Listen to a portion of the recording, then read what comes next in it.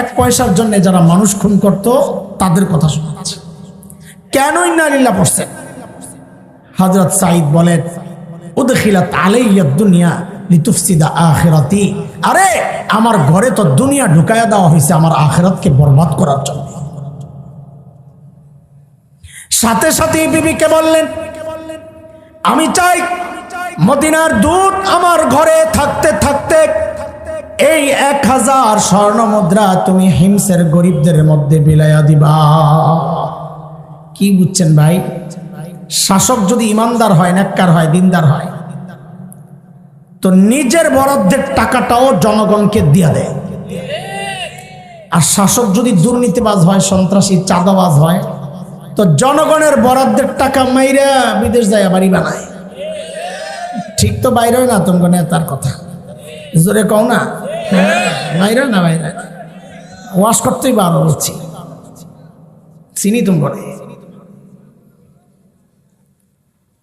বিবিরে যখন কইছে সব দিয়া দাও, বউ তো আর আমগো বউ না, আপনাকে বউ তো অনেক বড় বুজুর্গ, আমি আমারটার কথা কই, সামনে নাই, কোনো সমস্যা নাই। আমার বউরে যদি কইতাম সব দিয়া দাও, একটা ভেসকি যে খাইলাম হইলে সব দিয়া দিব, বুজুর্গি দেখায়। বেশি পিড়াপিড়ি করলে বলতো 2 ভাগ করেন, অর্ধেক আপনার অর্ধেক আমার, আমারটা থাক, আপনি একটা দিয়া দেন, অনেক সওয়াব হলো আল্লাহর রাস্তায় দিয়ে, অনেক সওয়াব। কিন্তু বউ তো হাসান জামিলের বউ না রে, বউ তো সাহাবী। কার বউ? পোলাপান যারা বিয়া করো নাই, একটা মূল নীতি আমার সাথে উচ্চারণ করো, বলো জেসকার লগে তেসকা। অনেক পোলাপাই বউ খুঁজে পায় না, তাবিজ চায়, ঘোড়ার ডিমের তাবিজ চাও বেটা, তোর বউ তুই পাবি কেমনে? কেন হুজুর কি সমস্যা? সমস্যা হলো তুই নিজে হইলি 2 নম্বর, আর বউ তালাশ করে রাবিয়া বসিয়া। কথা বল ঠিক কিনা?